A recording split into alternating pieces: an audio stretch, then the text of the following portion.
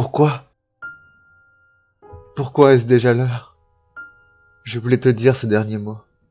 De la femme aux lèvres jaunes, à vous autres qui ne savez pas, vous ne faites qu'écouter l'autre jeu martèlement du tambour, du facteur qui siffle sous les eaux. L'œil de la fenêtre qui guette ta course. Cours, cours, il en va de ta vie. T'en souviens-tu? Dis, t'en souviens-tu? Aussitôt les larmes jaillissent au réveil, et l'on sort de cette mémoire vers une autre réalité. Aomame, que m'as-tu fait? J'ai voulu décrire mon expérience. Je n'y suis pas arrivé. Que des bribes, un puzzle incomplet. Il m'en manque la clé. Mes derniers mots étaient... Je ne m'en rappelle plus. Aujourd'hui, j'ai rêvé. Rêvé à quelque chose de plus grand, de plus haut, de plus beau. Comme un grand songe vers quelque chose qui me dépasse, qui dépasse l'homme.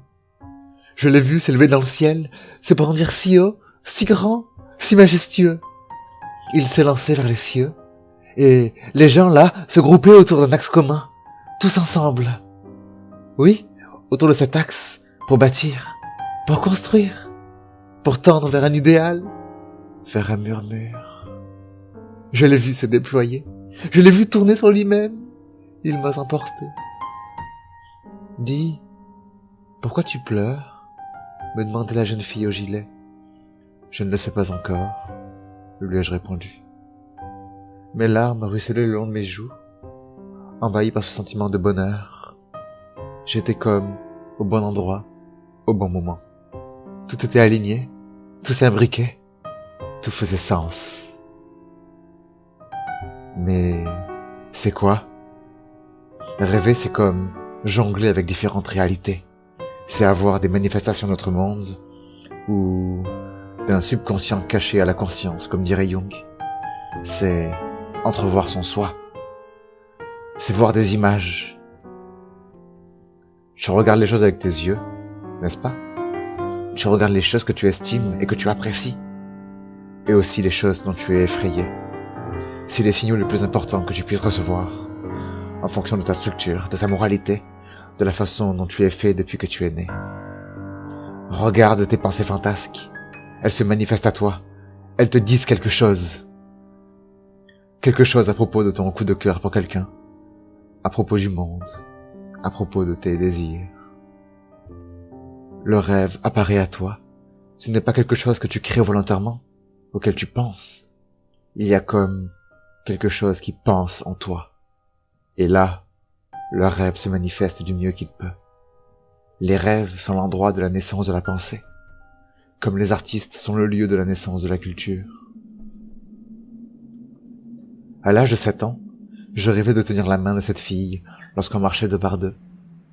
C'est arrivé, une fois. Je rêvais de remplir la classe avec mes crottes de nez. Je n'en ai pas mis une seule. Dans le temps, je rêvais de pouvoir voler comme bon me semble, de résoudre les problèmes de ce monde, d'être un chevalier, un gentleman.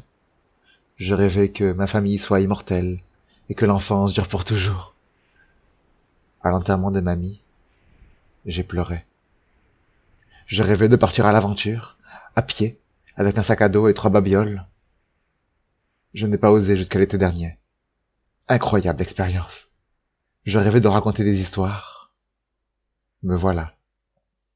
Aujourd'hui, je rêve à ma maison dans les bois, à mes enfants qui jouent, se roulant dans l'herbe. Je rêve à mon potager et à mon album dessiné. Je rêve à transmettre des choses, comme un passeur, un relais. Je rêve à créer des choses pour voir ce sourire sur leurs lèvres. Je rêve à étudier dans notre pays, à voyager, à découvrir le monde. Bouger. Je rêve à vivre sans regret. Oh, je me souviens de mes derniers mots. Rêve pour être toi-même. Rêve pour devenir qui tu es.